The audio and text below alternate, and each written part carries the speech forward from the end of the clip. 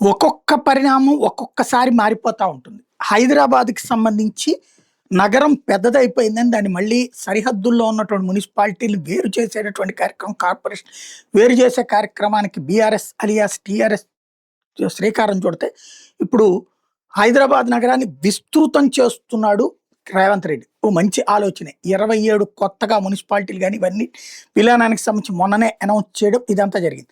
ఇప్పుడు ఓవరాల్‌గా హైదరాబాద్ రూపురేఖలు మారబోతుంది. దేశంలోని ఢిల్లీ కంటే కూడా పెద్దది కాబోతుంది. ఢిల్లీలో దాదాపు 250 260 సీట్లుంటాయి. అంటే కార్పొరేటర్ డివిజన్ సీట్లు. మెయిన్ ఢిల్లీ నగరానికి సంబంధించి, ఢిల్లీ కార్పొరేషన్‌కి సంబంధించి.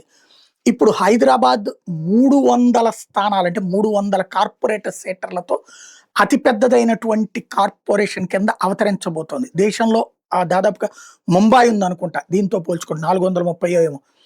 హైదరాబాద్ వచ్చేటప్పటికి 300కి కార్పొరేటర్ల పోస్టులు అవుతాయి. అట్లాగే హైదరాబాద్ కార్పొరేషన్ ఓవరాల్‌గా లెక్కేసుకుంటే ఈ కొత్త వాటితో కూడా కలిపి అసెంబ్లీ స్థానాలు డబుల్ డిజిట్‌లోనే ఉన్నది. పార్లమెంటు స్థానాలు దాదాపుగా భారీగా పెరుగుతున్నాయి. అదే సమయంలో అంటే అన్ని స్థానాలు యాడ్ అవుతున్నటువంటి పరిస్థితి ఉంది.